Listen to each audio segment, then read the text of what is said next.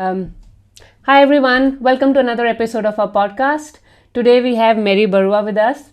She is one of the most prominent names in the autism world in India, and she is a director of Action for Autism, one of the biggest autism organizations in India, that she built from scratch to fight for the rights of people with autism.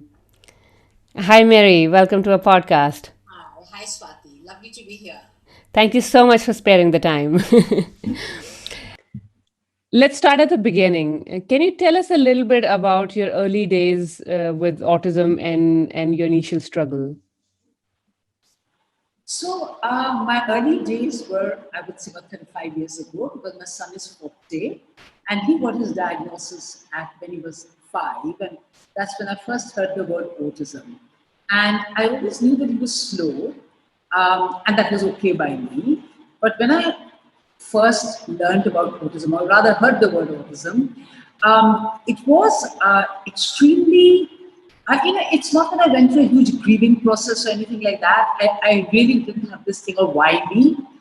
But what I did have was a sense of feeling lost and confused because nobody could tell me what autism was and what I could do to help him. Because I wanted to jump in and start doing something, Yeah. and I didn't know what to do. So there were no books, there was no internet, there was what you used to call trunk calls that you made to people who lived in other places. So you Yeah. book a long distance call, and Yeah. then you wait for your time, that kind of stuff. And there was, snail mail. So I remember going to all the libraries, and I found the American library, the British library, etc. And I found one book that mentioned autism, but kind of suggested that I was somehow the cause for his condition. There was only one paragraph in it, Okay. so that wasn't particularly helpful. And then I wrote to, or rather, did a trunk call and spoke to a doctor friend who lived in London. And he checked out, he didn't know what autism was. So he checked out, found a book, and sent me A Parent's Guide to Autism by Lorna Wing. So that was really my first introduction, which I arrived after a month. So after that, it has been a long like what should I say, a journey of trying to understand. Because even when I read the book and I knew the book, like the back of my palm, and people would ask me, "So, what is autism?" And I could tell them what was there in the book, but I could not relate it to my son. I did not really understand. So people would tell me, there are lots of kids who don't speak. There are lots of kids who are shy. So what makes your son different? And Right. that qualitative difference in autism is what I just did not understand. Now there is so much of information around that you get the information and you pick it up. Yep.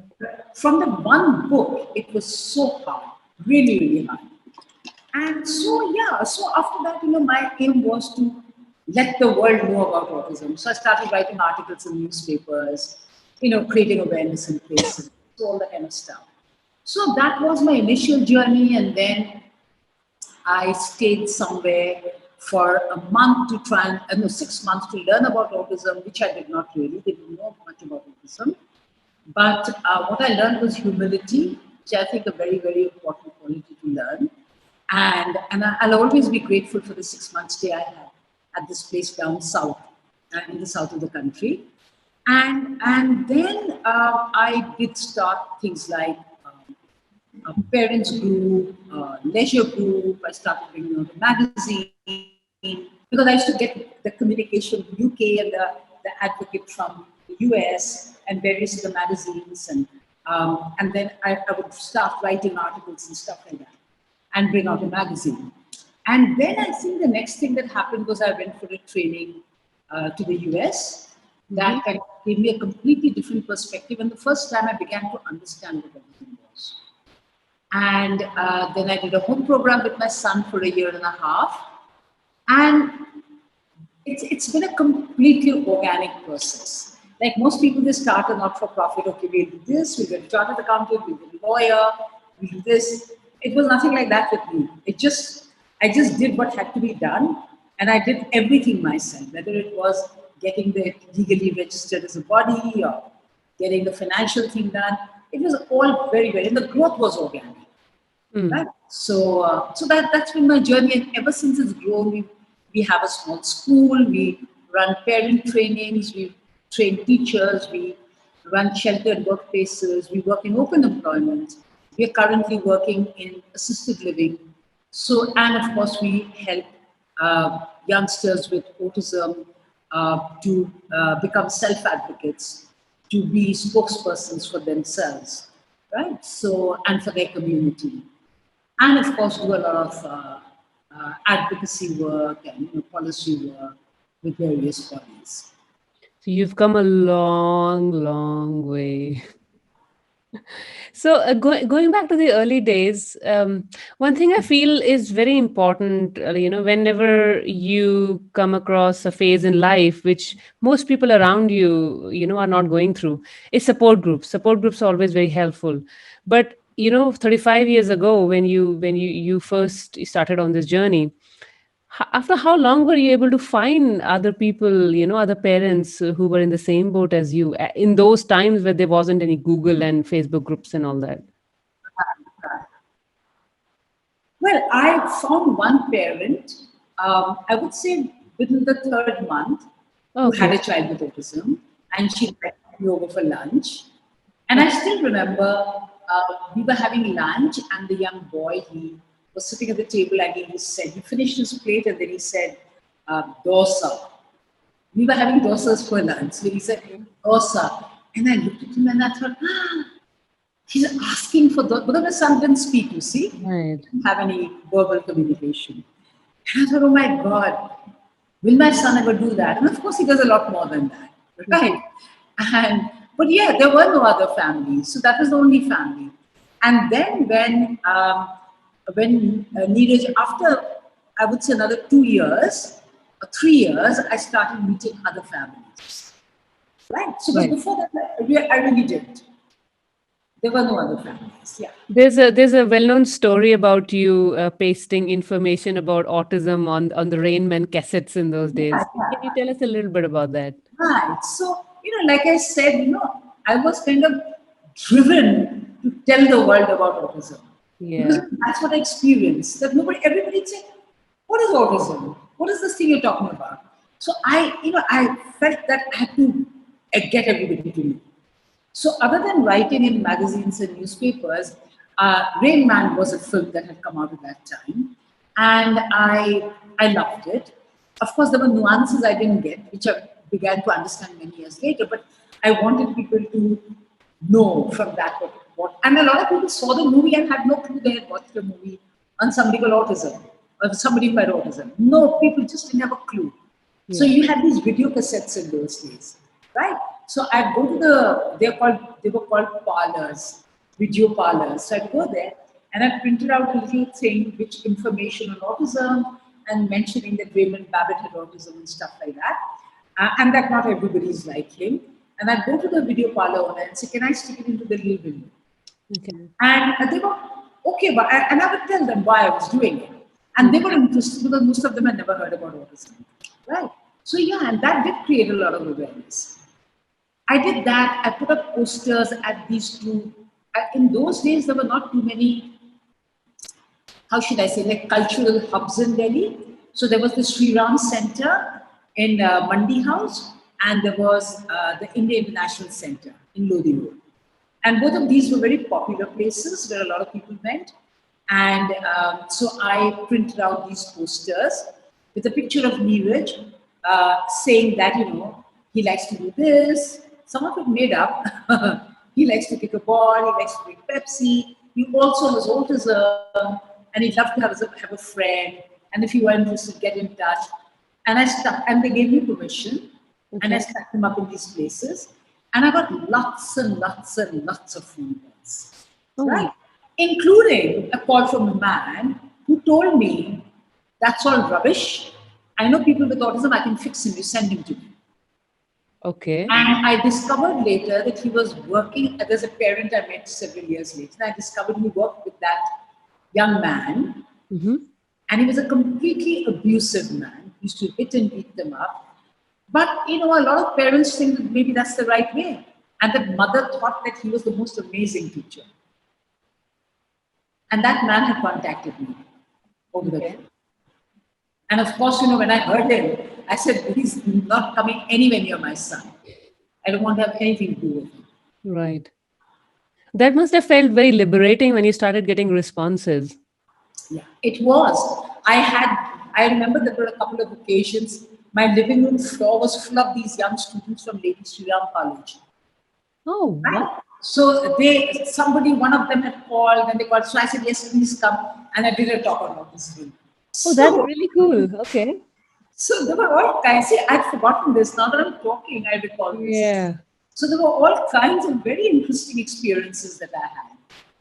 And then when I was doing the home program with my son, so we locked ourselves up for a year and a half. So I had a couple of friends who gave a few hours, and I put up this poster. So a lot of people were keen to learn about the volunteering thing, and some of them did come and volunteer. So I had some young people who would not give lots of hours, but maybe 4 hours in a week. Yeah. And for me, it wasn't so much the time they were giving me as the knowledge they were taking back.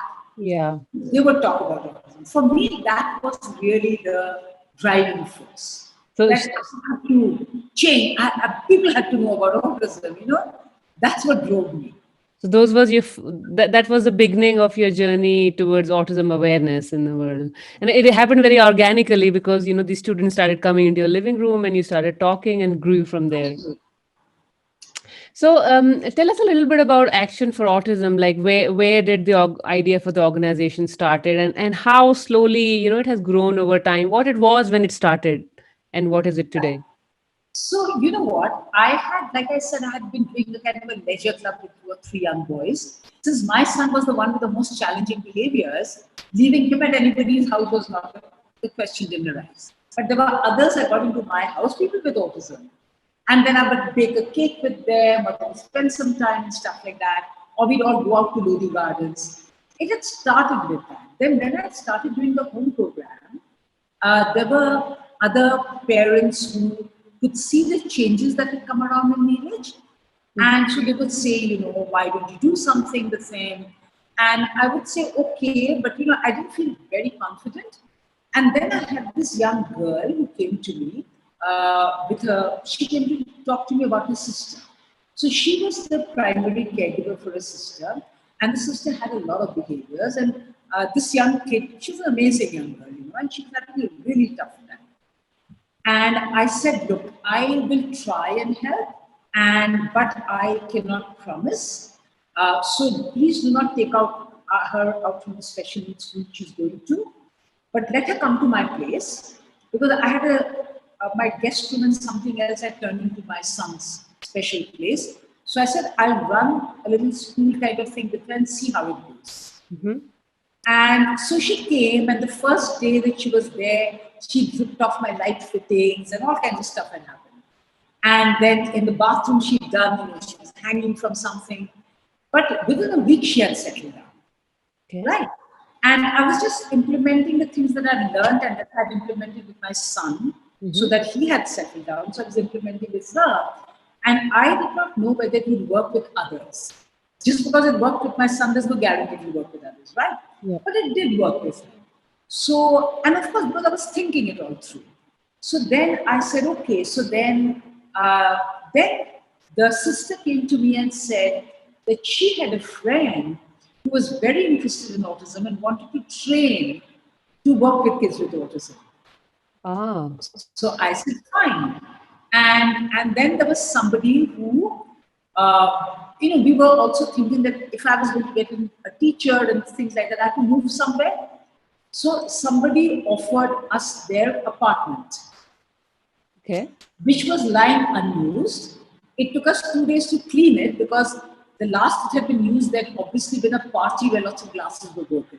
Ooh, Right. okay, that's a hard So this task. young teacher who'd come to train an eye, we came out looking great, but we cleaned the place and that became the school because there was this other young kid who was younger, whose mother had been saying, please see. So I said, look, again, I don't know.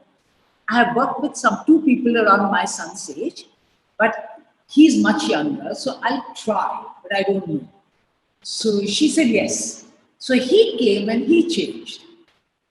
And then, so, like my teacher training had started, the school had started, and then I started, a lot of parents started coming for sessions with me.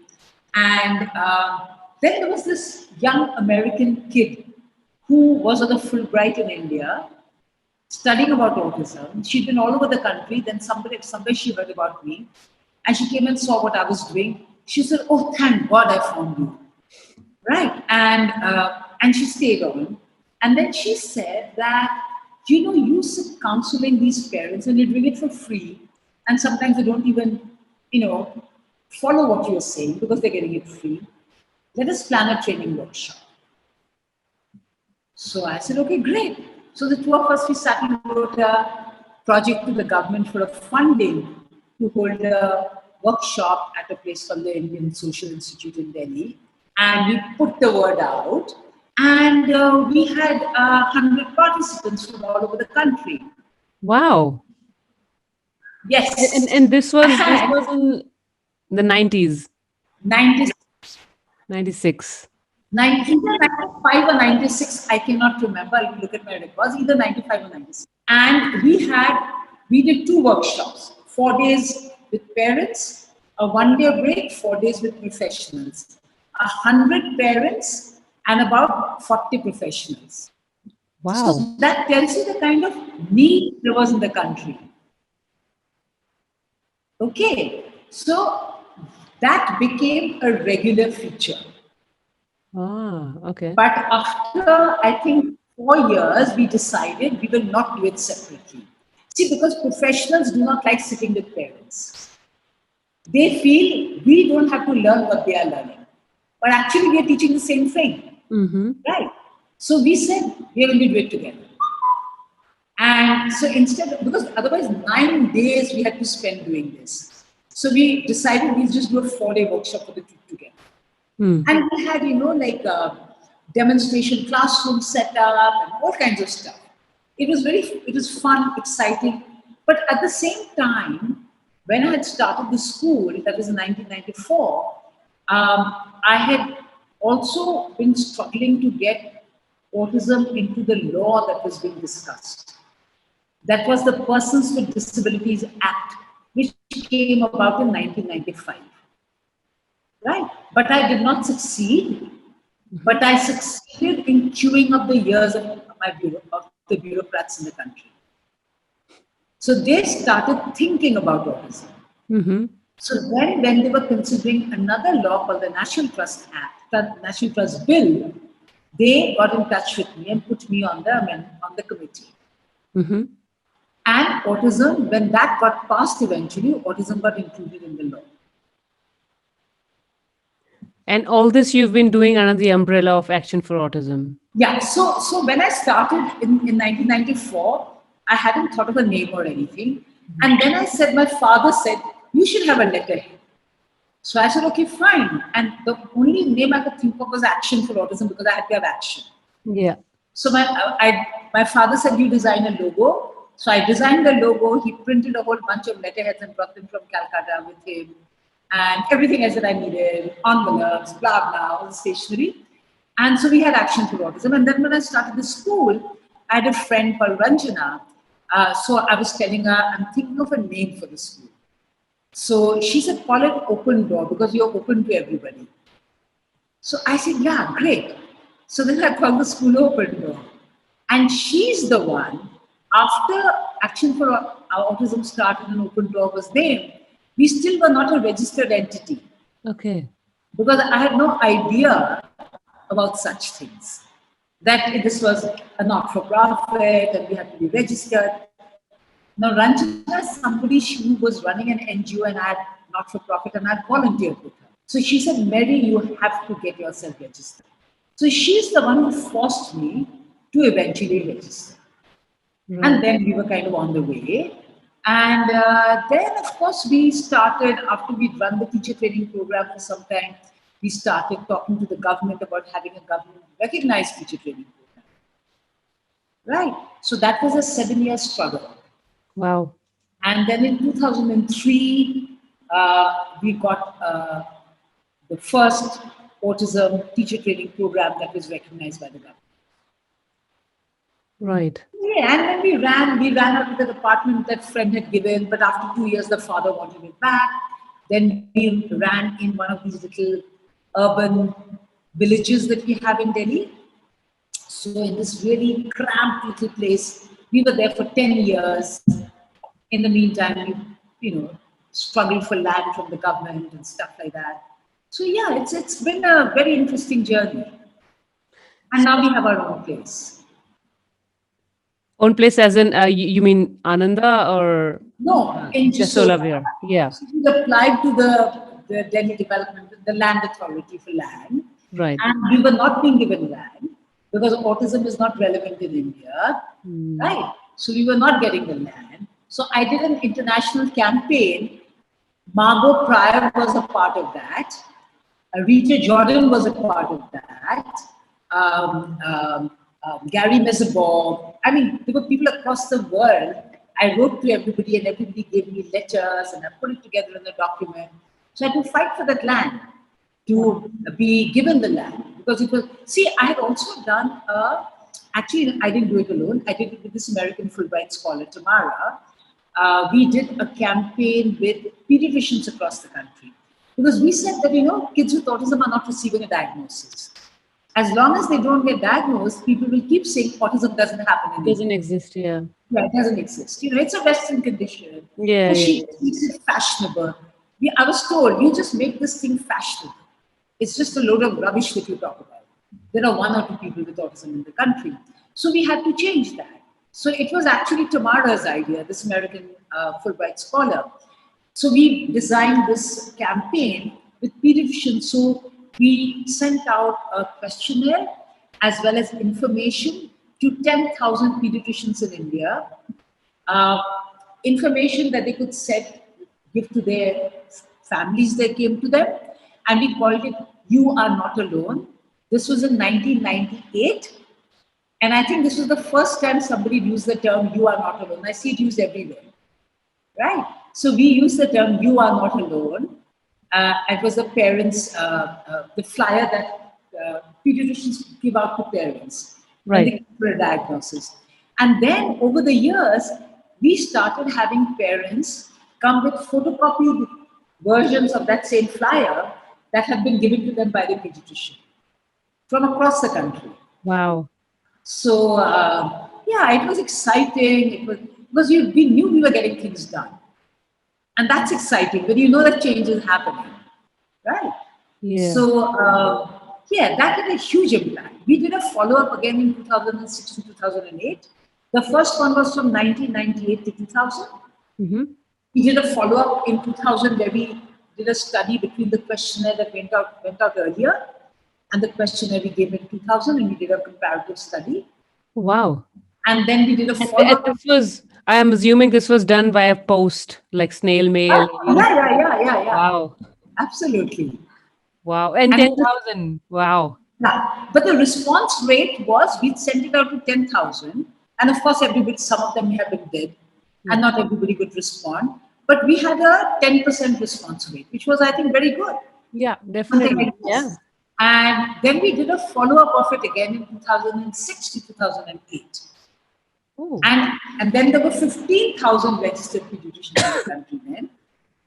But this time the aim was only to create more awareness, because we realized a lot of pediatricians still were not informed about it. So what were you aiming to So find out we in did a, those questionnaires, the ones that you were repeating? how did we find them? Well, no, what did you aim to dig out with those questionnaires? What was the purpose of Oh, the the first repeat one questionnaire? was to see, yeah, the first, when we did it in 1998 to 2000, the aim was to see what is the level of knowledge, Mm-hmm. right? To understand the level of knowledge, what kind of knowledge they have, so that we know what to focus on. Mm-hmm. And then there was, when we did it in 2000 again, the second lot that came by, it gave us an indication. First, we had the level of knowledge.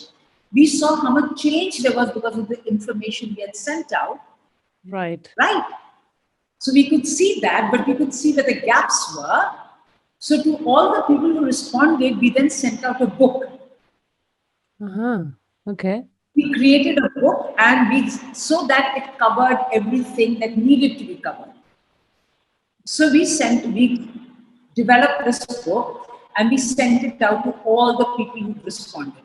Because that gave us the two questionnaires gave us an indication A of the shift in knowledge and also what were still the gaps that were there. Right? Yeah. And we send them information. Right. And then I'm assuming based on that, then you developed your programs on, the further Yeah. programs on autism awareness and stuff like that. So, what do you do today at Action for Autism? What do we do now? Yeah. Okay, so currently, of course, currently almost everything happens online. Oh, yeah. But what we do is I mean, we I mean, run I a mean, small just special before needs COVID. school because in India you don't have, full inclusion, of course, as in most countries. So we run a special needs school for those kids who need, special needs education. We also work with kids who go to regular schools. We support them in their education. We also work with teachers who are teaching in regular schools. Mm-hmm. And a lot of the teachers we train, they teach in regular schools now. We run a kind of a parent empowerment program, which is it's a kind of a landmark program that has been copied all over the country. We call it the parent-child program. It's been copied by under different names in different places. And see, everything we do, we want it to be replicated. Mm-hmm. Our aim is that every program you run, if it's replicated, then a lot more people get reached. Right. So we run a parent training program, which is essentially our program is a parent empowerment program. So they learn how to teach the kids, but the parents also get empowered to be the best teachers for the kids and to be people who can advocate for the child's rights. Mm-hmm. We run a sheltered workplace for those people who can't go and work in open employment or in supported employment. We also work in open employment, and so we have been able to place people in different jobs, like in assembly line work, in hospitality, in IT. So not a huge amount, but we have succeeded. It was a struggle in the beginning, but in the last year, things have actually gotten better. We also run teacher training programs. So we run a bachelor's in education, we run diplomas, we run certificate programs. We run a great many short trainings, which some of our trainers conduct, and some are conducted by trainers we get from outside. Like this year in November, we had scheduled a 4-day training by, I don't know if you know Peter Vermeulen. He's an amazing trainer from Belgium, right? And so Peter Vermeulen was supposed to come down and do the training, but we had to cancel it. But instead, we have Peter doing an online training on the 10th of October, Mm-hmm. 3 days time, right? So he's going to do a brief because we think that we believe that people in India need to hear him, Yeah. right? And we do a lot of trainings and workshops and conferences where we try and get some of the best speakers from across the country. And in fact, we've had a lot of people with autism come and speak for us. So Mm-hmm. we've had Stephen Shaw speak for us about 4 or 5 times. We've had uh, John Elder Robinson, Wen Lawson, and many other people with autism come and speak for us at our various programs that we have. He has come, I would say, about 4 or 5 times and spoken in India because we feel that's what brings about change. People Right. listen to. Recently, we held a self advocates panel of 7 people with autism, all Indians. Okay.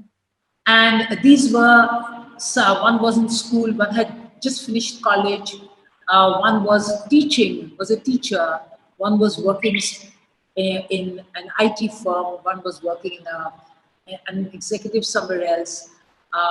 Who were the other two? Oh, one works with us, and there was one more person. Oh, there's a young boy who finished his school and who wants to be a self-advocate for autism. That's the aim. Wow. We had this panel, which wasn't. It was, it's good for people to see that autism, to understand autism from their perspective, Right. because the perspective in India, especially, is still very strongly, oh, the poor parents, they have such a tough life. Yeah. And I keep saying, and my son has got an easy son, and I keep saying that as a parent, your life is tough. But believe me, your son's life is 10 times tougher. Because as a parent, I live in as a neurotypical parent, not as an autistic parent, but as a neurotypical parent, I live in a world of my kind. Hmm. Everybody understands me. My Yeah. son lives in a world where nobody understands him. So his life is 10 times tougher than mine. So, that's what we want parents to understand, because the narrative still is very strongly poor parents, poor parents. So people with autism continue to have a really difficult time. They're over medicated, especially if they're more able. And doctors sell the idea. There are great doctors, there are amazing doctors, some that I consult with. But then there are also doctors who constantly sell the idea of medication, medication, medication being the only way, and over medication where it's not required. Hmm. And parents, obviously, they will feel, Hmm. if the vice is ठीक हो जाता है, if I can give a medication, it's okay. I'd rather do that. Yeah. Yeah. Yeah. So yeah, and we do a lot of work on policy. Yeah. So then in 2011, the government, the UNCRPD came about in 2007, 6 actually, and India ratified the UN Convention in 2007. And after that, the disability sector in India, we have a fairly, uh, I would say, vibrant disability advocacy group that spans all disabilities. Mm-hmm. Right. So, the people who are deaf, people who are blind, people who have psychosocial conditions, so all kinds of disabilities. And, there was a lot of campaigning that happened, and the government realized that a new law that was synchronized to the UN Convention for the Rights of Persons with Disabilities had to be brought about, because the old Persons with Disabilities Act was a good act for its time, but it was now dated. Hmm. Right. So then I was also on that committee that drafted the what we now call the Rights of Persons with Disabilities Act. Hmm. Right?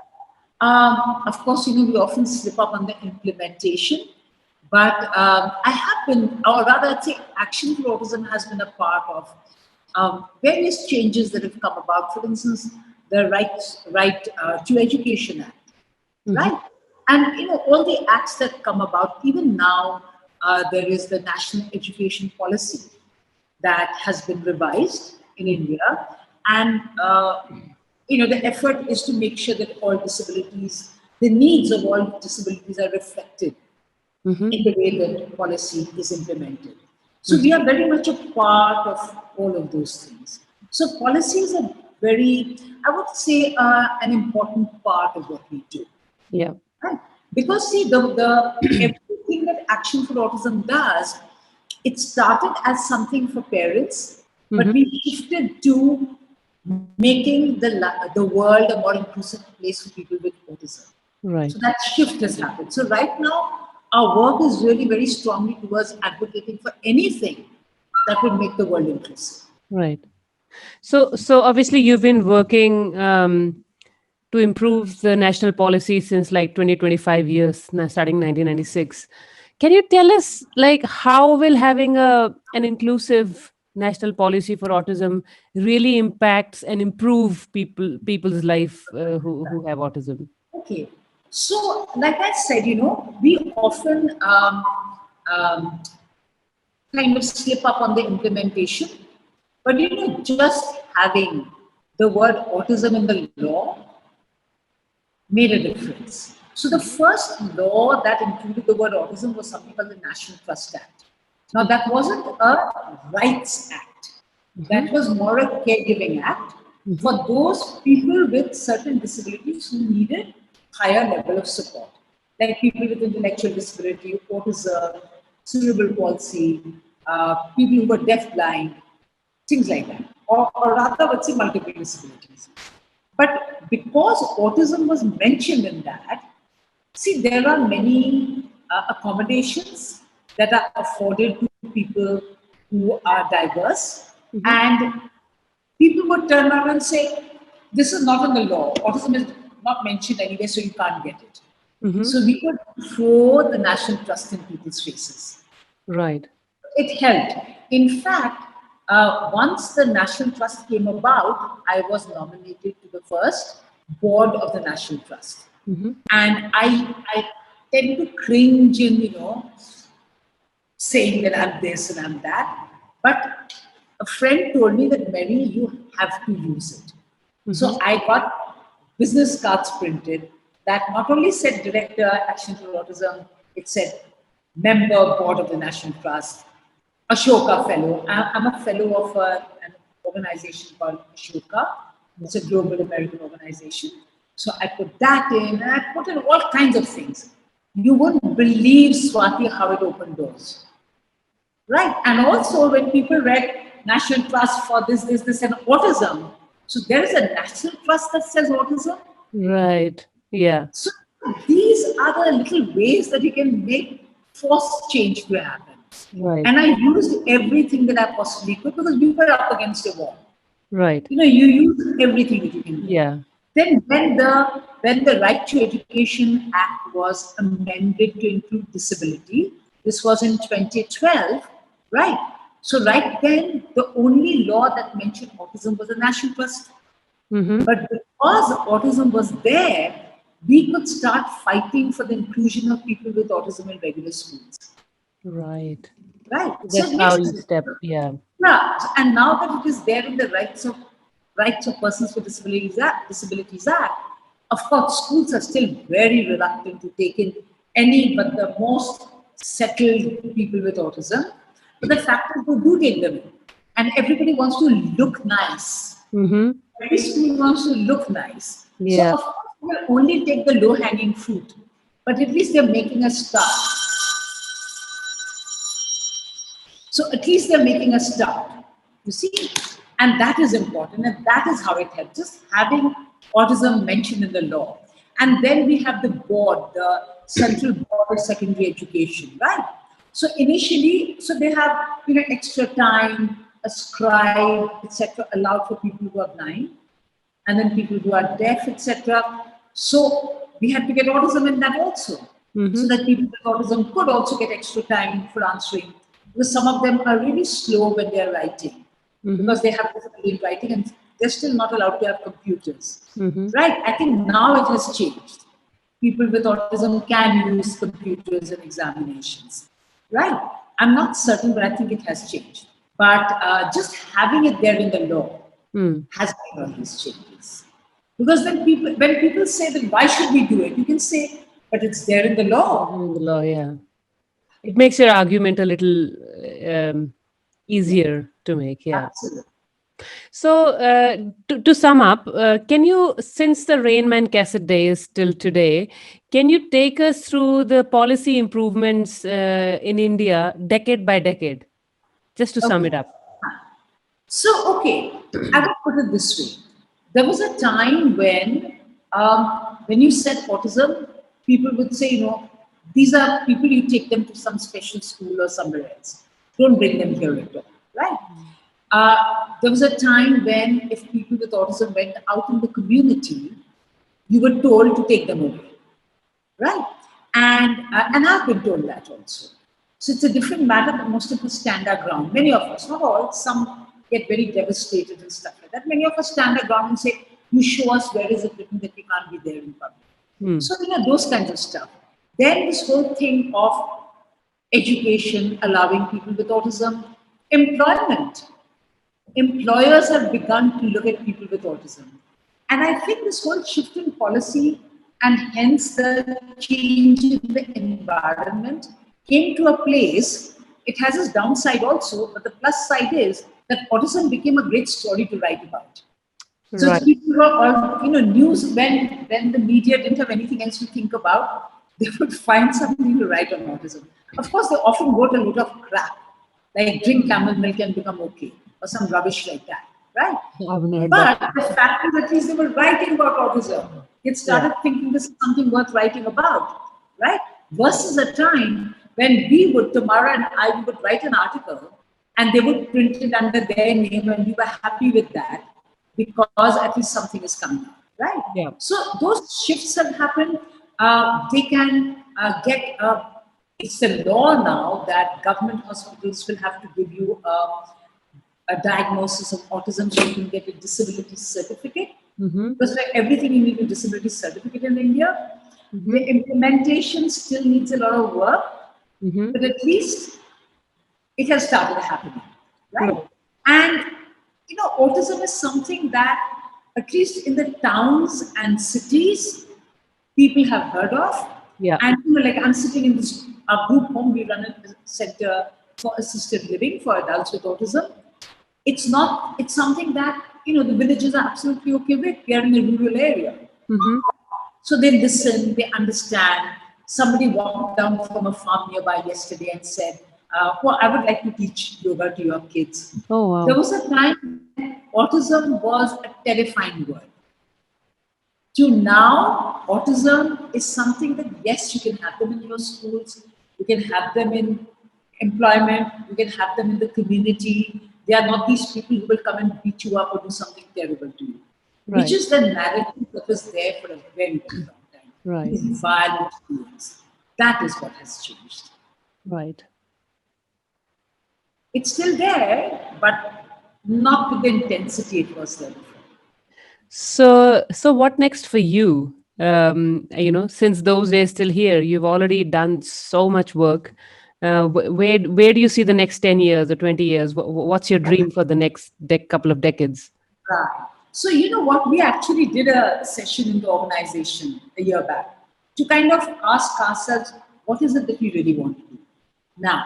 Right. So, of course, we will not turn away any young child who comes, right? Because they will keep coming, or a young parent who comes. We will still help them. But we realized this, not 2 years back, this is 5 years back, right? 5 years back.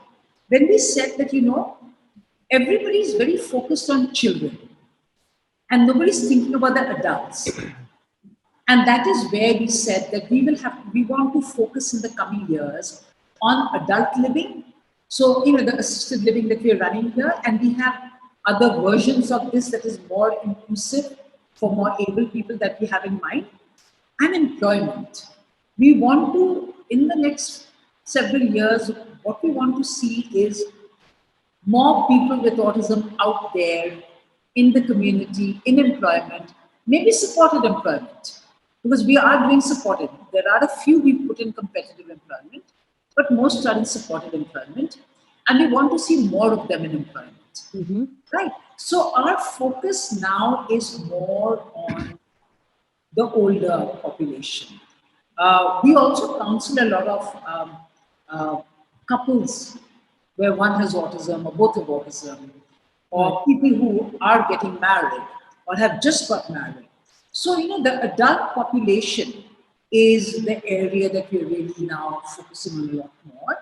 And of course, um, a lot more um, people with autism who are on the very able end of the spectrum are getting a diagnosis. Mm-hmm. Many of them come to us for a diagnosis, many for self-diagnosis, right? Some of their families.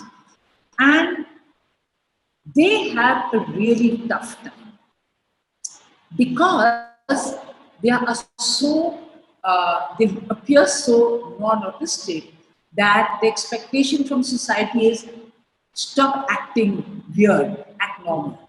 Right. And there is a lot of depression. There is a lot of challenges that this population faces, which is still not very well recognized in our country.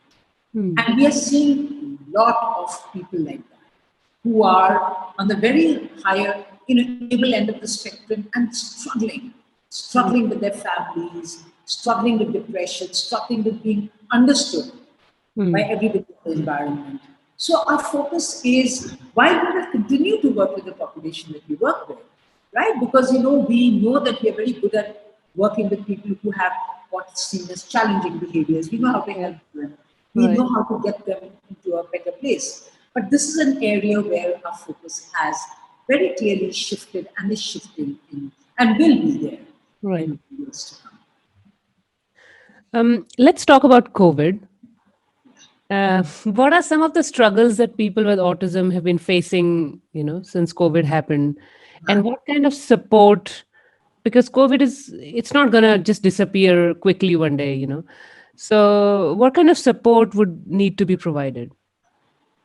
Do you know what? So when COVID initially happened, um, we thought it was for a short while. Then we knew it was not for a short while. And I think 10 or 15 days, within 10 or 15 days, we decided we will move all our services online. Hmm. And we were concerned about how uh, our people would manage. And we were actually pretty pleasantly surprised that right from our school to the vocational, to everybody, all our people with autism were doing really well online. And we realized it's because we were focusing on the screen and not with people who keep changing. So they Yeah. did really well with that. Of course, there were lots of challenges because we do cater to a large population of people who are economically not that strong, and they did not have computers, they do not have enough mobiles at home or Android phones through which they can participate. So they were getting left out. So that was a huge challenge for a long time.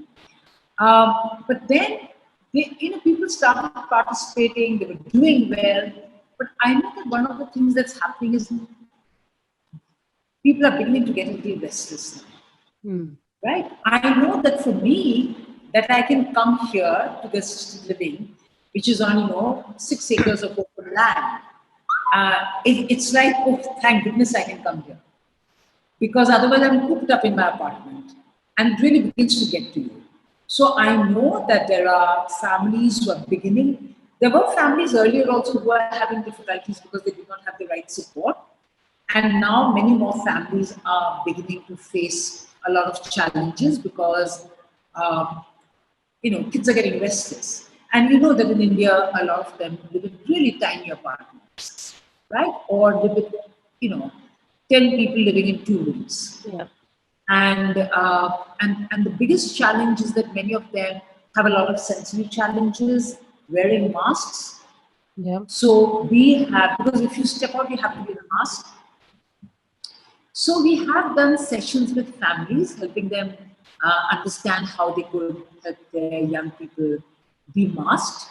But a lot of them, for the families, they're not really haven't been trained to be teachers, so they find it very difficult to Yeah. get the young people wear masks. Yeah. So that's becoming a challenge because many of them don't want to keep on masks. So people have started going out a little bit for brief periods if they keep the mask on a little bit, but many of them don't wear masks and therefore can't do it. Hmm. So it's beginning to tell on people. Hmm. I've noticed in the last 1 month, we've been getting a lot more calls about kids finding it hard to deal with now. Hmm. And I don't know what we are going to do really, because we can't open up our center Yeah. because the thing is that public transport is still limited, Yeah. and we don't want to bring COVID into the place Yeah. so that everybody gets infected. Hmm. So this is going to carry on for another year for sure, Yeah. Yeah. and Yeah. I really don't know what's going to happen. Hmm. I don't see, no matter what people say, I don't see things really easing up for another year. Hmm. Maybe it will earlier. I don't know, but what happens is it seems to die out and then it flares up again. Yeah. So that's what's been happening. It's been flaring up in places that it wasn't there before. So So looking at the challenge. autism sector in India, and actually the disability sector in general in India, the way the situation was handled by organizations such as yourselves, um, what are some of the lessons that the world can learn?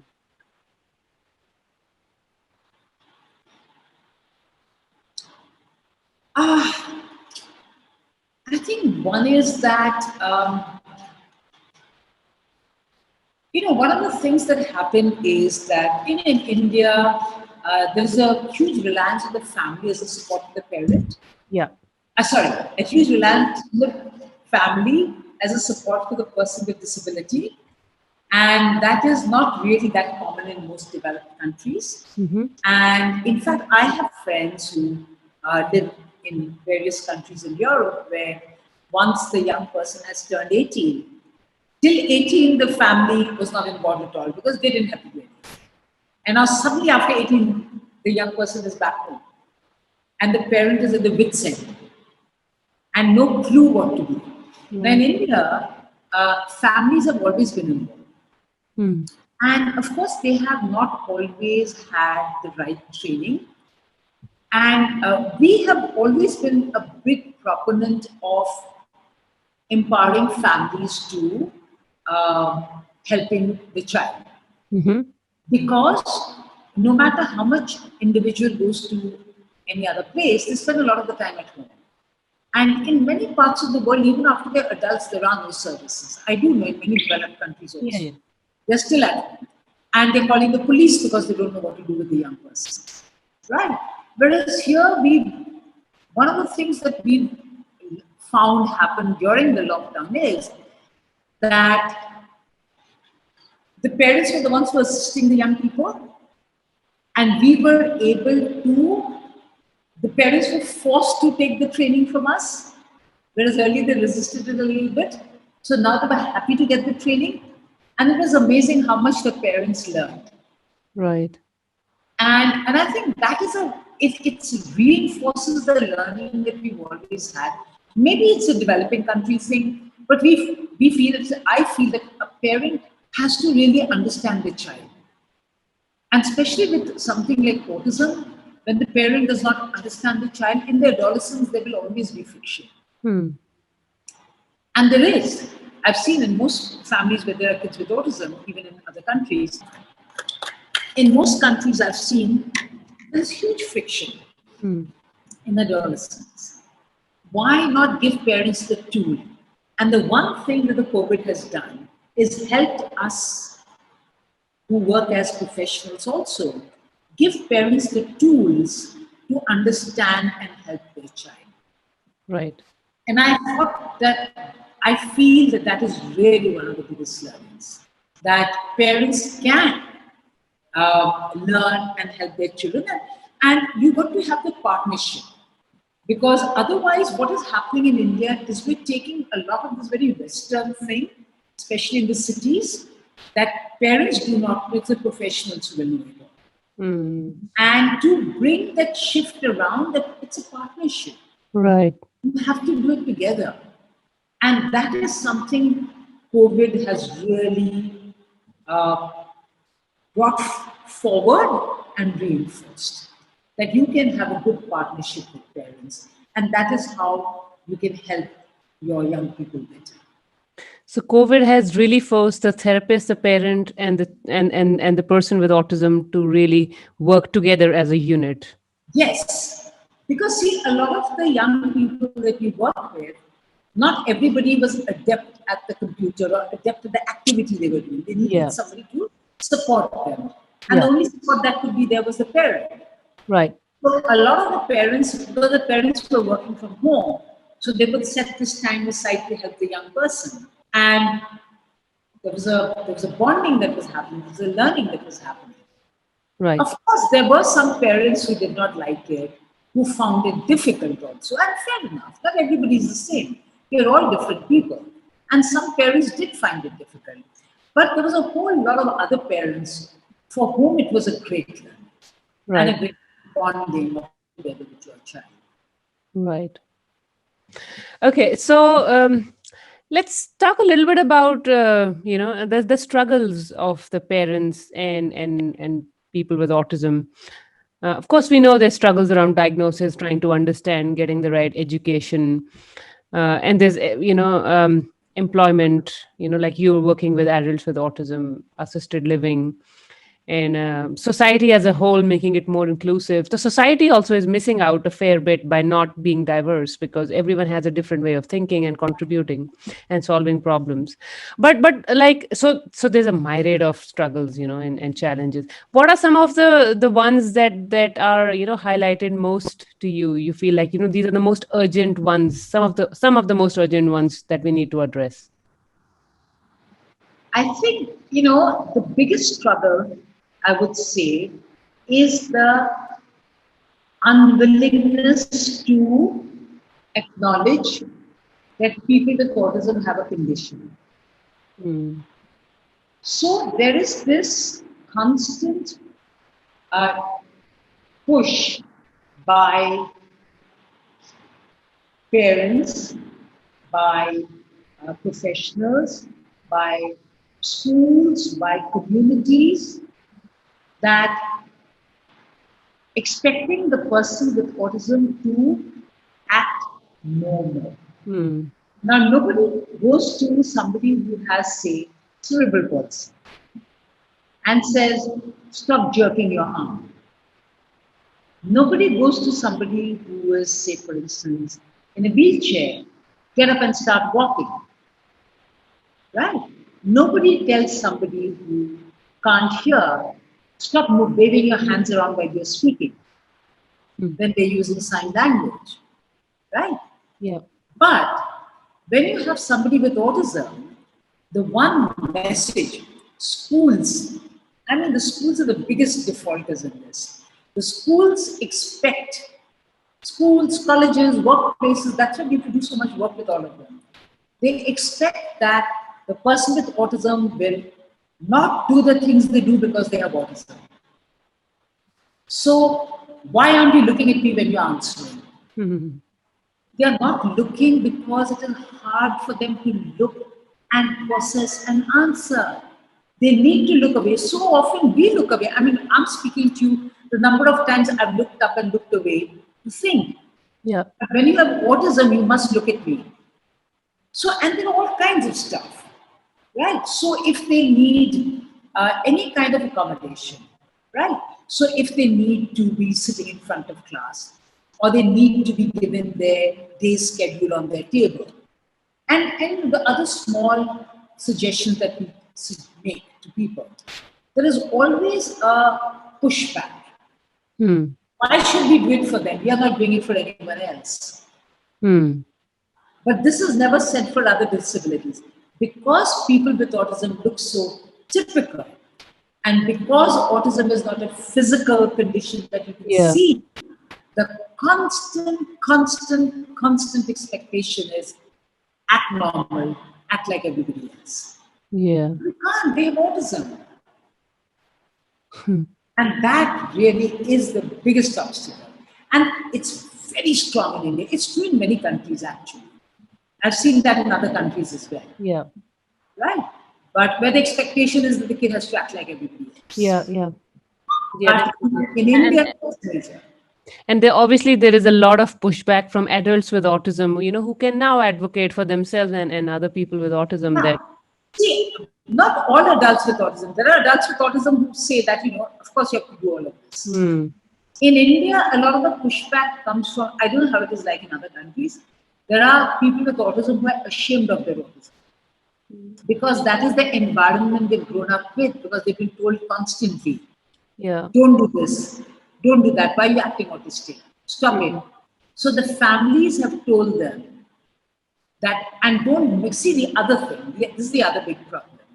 So the families have told them, don't mix with those people with autism. Yeah. I call it the caste system in India, Mm. right? So, like, we have a lot of people with autism who work with us. Not a lot, we have five Mm. who are our colleagues. And they have no problems about being with other people who have more high support needs, or what they call Mm. severe. Mm. And we have a lot of people with autism friends who work in various companies who are very comfortable with people who are, Yeah. who are considered severe. But there are also those who have imbibed this from their environment, that Mm. is shameful to be seen around. And we try and tell those families that Mm. you have taught your child to discriminate against those who have more autism, more autistic, and yet you expect the neurotypical not discriminate against your child. So you don't want to be discriminated against, but you're discriminating. Mm. We tend to be, and I know I tend to be very in your face. And Mm-hmm. I say this direct to families. You want people to not discriminate, then you stop discriminating. You have to lead by example. And that is the other big problem we have. Mm. Discrimination within the community. Within the community, yeah. What are some of the other struggles that you may want to highlight? Well, see, the other struggle, a major struggle I would say is financial. Mm. Because again, we have never been an organization that says poor us, we are so tragic, support us. We always wanted the center to look nice, not sad, so that Yeah. we've never tried to do anything because we are so sad and so. Mm. We are happy, we are proud of our people with autism. Getting financial support like that is very tough. Mm. People will give money to those who will come and say, "Oh, it's so sad." Oh, yeah, the charity Yes, perspective that you need something. Yeah. but we don't do that, Uh, right? And let's say even our group home, it looks very nice. hmm. We've got rooms that are really as good as anything that anybody will live in. Hmm. And then we say that we need support. So if people want to support, then we get the right kind of support. Those Hmm. who really understand. So that makes it difficult. In recent times, things have got a little bit better because there is more awareness. But for a long time, that was one of the biggest struggles, that we did not sell ourselves as these poor things. Hmm. Because our slogan is different and Yeah. proud of it. Hmm. That's our slogan. We've never been embarrassed or ashamed of our people with autism. My son has flapped his way through life. He's flapped his way on the streets. He's walked everywhere. I'm not ashamed of him. If I can give him something that will help him get the whatever he needs to that, that's fine. But if he needs to walk, he walks. Hmm. So I'm not ashamed of him. That's what he needs to do. Wow, wonderful to hear. Okay.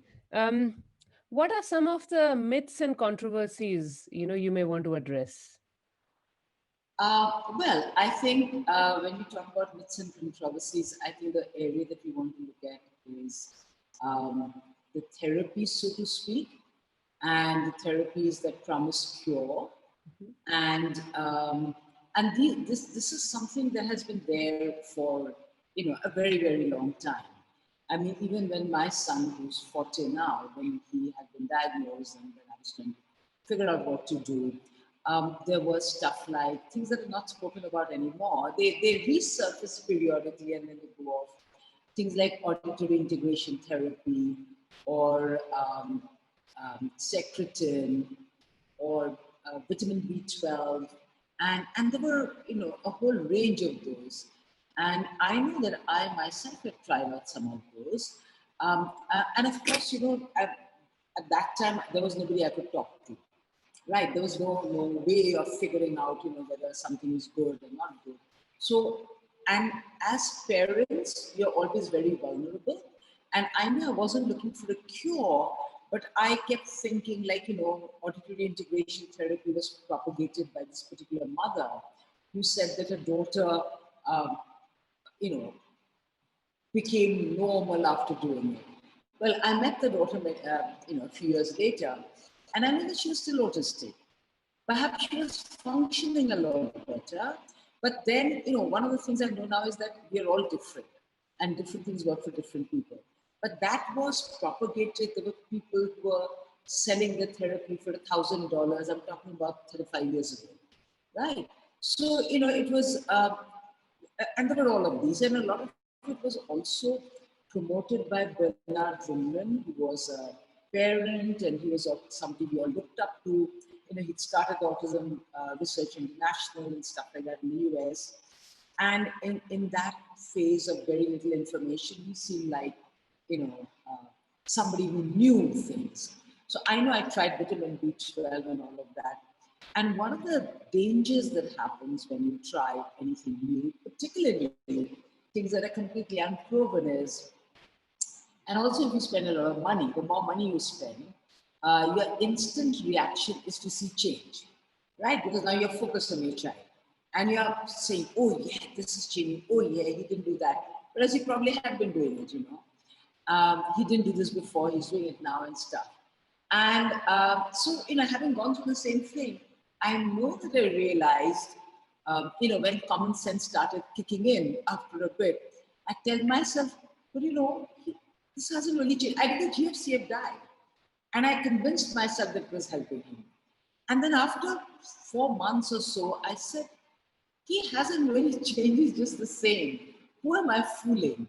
And then I stopped it, right? So that is the danger that happens. And the other thing that has kicked off a lot of this, myth about the vaccines, for instance. And we all know that there have been studies that have done, that have shown, despite many countries having banned the vaccination, what's it called? The period in which you give it and how you give it, and breaking up the vaccine into multiple things hasn't made any change, right? There's been no change at all. And I actually know families where they have put 2 kids with autism. The first one was vaccinated, and they said, we are not going to vaccinate the second one, right? Because of all of this. And the second one is the one who has high support needs.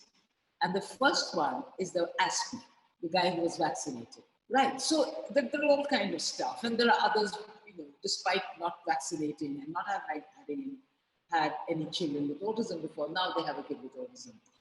I think the vaccination thing has been more taken off because a lot of kids with autism, the full manifestation of the condition takes place a bit later. But it's not that they did not have autism before.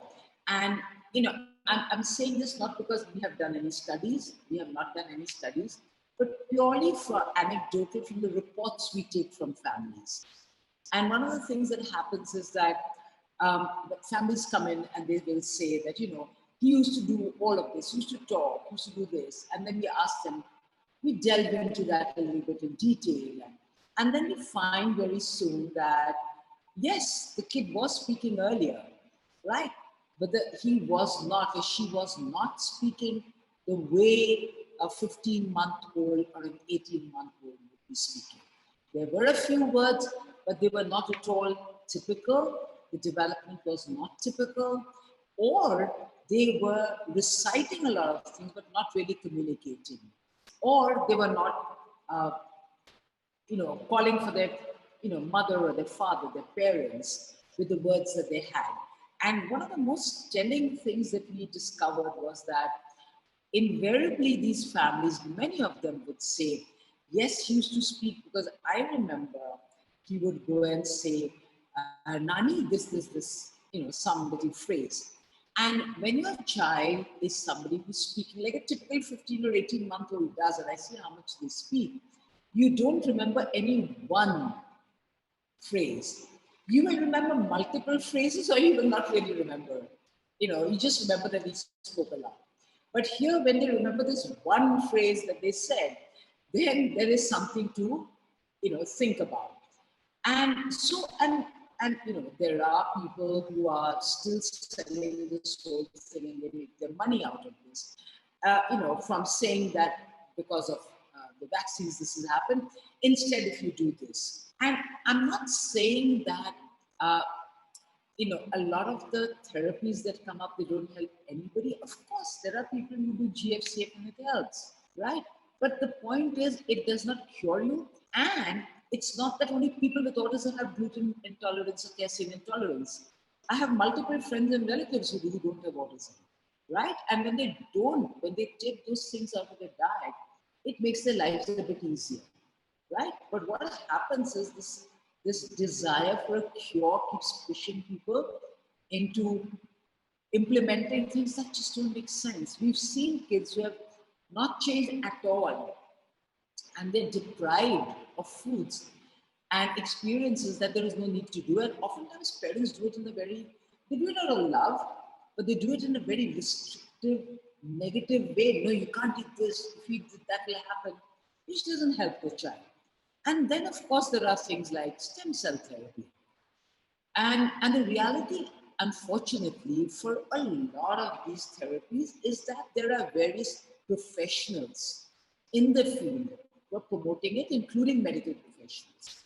And when you have senior medical professionals who are promoting things like this, why would a parent listen to somebody who's, from some not-for-profit telling you that this is not very helpful? And I know that when this thing called secretin came about, an enzyme from a pig or something like that. I've forgotten the details now. This was about 15 to 20 years ago.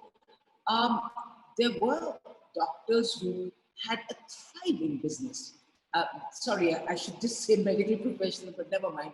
But in this case, yes, there were doctors who had thriving practices because people from all over the country were going across and giving them 2 lakhs for shots of secretin. And nothing happened to those kids. Those kids, we still know them. They're still as autistic as before. And in fact, they are doing far worse than if they hadn't gone for that because parents believe now they become normal. And instead of spending money on, you know, therapies or going to a school where the special need or inclusive or whatever, they would have helped. They've been helped to learn skills. Instead of that, they spent their money in traveling somewhere, staying in a hotel, giving. And 15, 20 years ago, 2 lakhs was a lot of money. It's the equivalent of 50 lakhs now, right? Which is a lot of money. So, those are the things that keep happening. And now you have this whole stem cell rubbish. And there is aggressive sales that are happening because we are also the recipients of some of the mailers that come. And when you are selling something like this, what you do is you not just sell, you offer certain things for free. Or you come to me, take stem cell therapy, and I will give you, you will also get special ed and you'll get OT. And a lot of the special ed and OT with them are just random people sitting and doing stuff. And if any changes at all happening, it's because of the random stuff that is happening. But the parents feel, I'm getting this free with it, right? And they're paying whatever now the going rate, I think 5 lakhs or 15 lakhs or whatever for stem cell therapy. And parents are doing it because they believe. And see, a lot of these people who are selling this have a direct connect with the places where diagnosis is happening. And it's a kind of, incestuous relationship you have. I send people to you and give me a card. So it's thriving, unfortunately. And there are things like camel milk now, right? And camel milk, the whole thing came about in India because 2 individuals from other parts of the world came here to Rajasthan, where there are lots of camels, and they said camel milk will be easily available. So they came together, and now they've got a thriving business going. And not only that, we have one of our Indian companies, a very, very well-known company, who's jumped into it and is now selling packaged camel milk because who wants to lose a bit of good business? I mean, who cares if parents and families waste their children's lives, waste their monies, lose time, so long as we are making a bit of money. So, when you're doing therapy, it's hard work. You have to work at it, right? It's not that you pop something into the child and fix the child. And giving them bleach. There was some, I don't know if it's still happening, there was chemical castration happening in India, right? Because that would make them better. That will take care of behaviors. Nobody stops to think what you call behavior is because your child is anxious, is confused, has not understood the context in which you're saying something. You need to change yourself as the parent, as the therapist. I need to stop and think, what have I done? Which is why that behavior is happening. But we don't want to do that. We want to make the child, fix the child, change the child. And that's the entire focus, make them normal. And so these therapies just carry on. And if anything, the scary thing is that it seems to be becoming stronger and stronger because, I've put on a lot of these um, WhatsApp groups. People just add me, and I can leave. It's a huge disruption of my time, but I stay because it gives me an indication of what's happening in the country. I sometimes just scroll through them to see, and all they are full of is people, random advice being given, like you're cooking a dish. So I give you a recipe, and there are multiple people who are selling all these kind of random therapies. And it's not going to stop because, it's like, say, for instance, dog therapy, right? Now, dogs benefit. I had dogs for a long time. I've stopped now because my life has become too complicated. It was amazing for my son because you learn caring, you learn to, you learn companionship, you learn a lot of things, and it helps enormously. But when you say therapy, that's a far more complex thing. It's not just having a dog and somebody coming with a dog and playing with your child. But there are people who are selling dog therapy, and that was the first thing of therapy, right? And there's horse therapy, dog therapy, all kinds of therapies that are happening.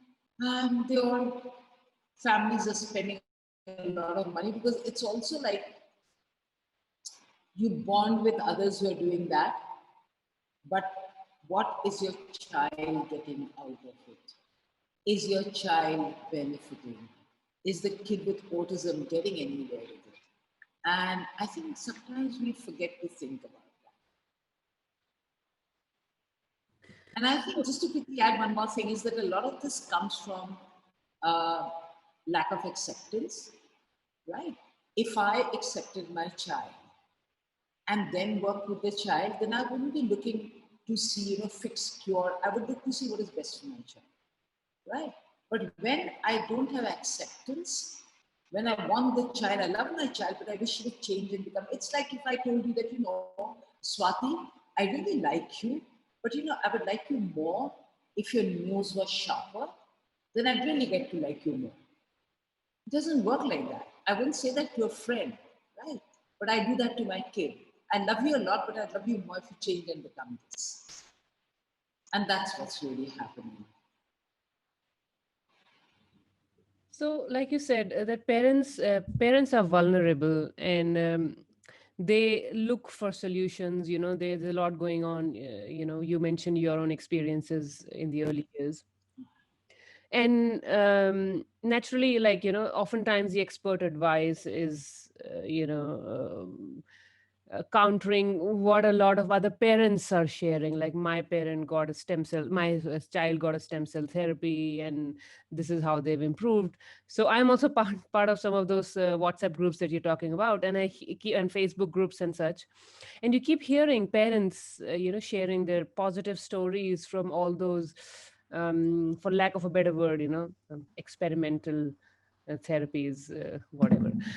So how can they combat this? Vulnerable parents, how can they combat this duality, like experts saying this but parents saying this? And of course there's a lot of people who fall into that, thinking around, that vaccination causes autism. There's all this, argument about big pharma wanting to make money, comes in. And not in this case, let me be very clear, but because research shows that vaccine does not cause autism. But in many cases, like these big multinational companies do con people. So it all gets mixed up in their head. They're not able to make sense of reality. So how would young parent combat all this being thrown at them?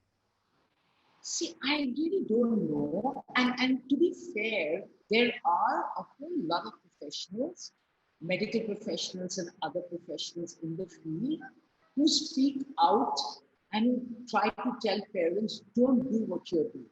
See, I also speak as a professional, right? A lot of people don't see me as a parent, see me as a professional. And there are lots of medical professionals who hold seminars to help people see that, this is not the way to go. This is not going to help your child. What these people are trying to sell is not what you want to do. But, I think the most, uh, I think the thing that really keeps parents going are these reports by other parents saying how well the kids have done. But you know what the interesting thing is? When in the initial years, parents will keep saying, oh, this has happened, that has happened. It takes sometimes up to 5 years for the shield to die and parents to realize. And sometimes it happens far earlier. But when that happens, nobody steps up and says it did not help and it did harm. Who wants to admit to that? And I know this because we have parents who've come to us. Their kids are now adults or in their late teens, right? And they're a complete mess and they've done all of this. But they're not going to step out and say, oh, we did this and it did not work. Very few parents do that, right? Because they were selling, they were like, all out there supporting them. But now that they've discovered how useless it is, they are so, not just not being able to accept, they're so kind of devastated by where their child is now. They don't have time to go and tell people, oh, my child is in a terrible state, and despite what I do. Who is in any state of mind to do that? Those are the stories that never get told. Those are the stories that we miss out. If somebody would sit and do stories of that, that would perhaps help. Otherwise, I have no idea because, if I am selling something that is dubious, and I keep a tab on places where people get diagnosis, and I have one person there who's my key person, I have grabbed those people way before any sensible professional can get to them. Because those who are doing sensible, good work don't have time to do that. Because, everybody, all of us, we are up to here trying to deal with families, helping them learn. We don't have time to, tap into all the new ones so that they all come our way. Who has the time to do that? But if Yeah. I'm doing a business and I need to make money out of this, that's a part of my job. We know companies that actually have people who collect, and this came about in one of the WhatsApp groups recently, whose job is to get into WhatsApp groups and collect all the mobile numbers of all the people there and then target them individually, right? Yeah. They get into Facebook groups and target parents individually. And we know that is happening, but how do you counter that? Yeah, so there is motivation to tell the positive stories because there's business to be made, but there's no motivation or no organized motivation as such to tell the realities that happen a few years down the line. And like you said, parents are struggling themselves. So who's going By to do then, that? they're struggling. They don't have time to go and tell anybody anything. Yeah. So well, that's a gap that certainly needs to be filled. And unfortunately, it's very hard to get the government to step in. Because, like I said, there are a lot of professionals involved, including medical professionals. And, when you are doing a business, then you make sure to be connected to the right people at every level. And so the information um, that goes out to the bodies that could take action Mhm. is that, these are great things, these are great people. So then countering that becomes that much more tough. Yeah, because one would wonder, right? Like stem cell therapy is a very invasive medical procedure. Why is it legal? Yeah. It's not that it's legal, it's not illegal. Illegal, exactly. Yeah. So And it works in that gray area. it works in the gray area. And the people who are involved in it have ensured that they are well connected. So nobody can stop them, Mm. right? Because if you try to stop them, you have to go up against people who are powerful, organizations and groups that are powerful. I don't want to name anything here, but so it becomes really tough. Yeah, but you're quite right. Like, yes, countering powerful people is tough, but telling that stories, collecting stories of people, parents who may be willing to talk, and sending that message as well, at least to balance it out. That's doable. That's doable. You're right. I'm thinking about this. Perhaps one could do a study on this. Yeah, one could do a study, and one could, put together a videos and just share that information, because at least there'll be something to counter it other than, expert advice, people like yourselves coming and telling. But often parents discount that a little bit when, in front of them they see a positive story from a parent, because they feel like, well, I can relate to this person more than the expert as such.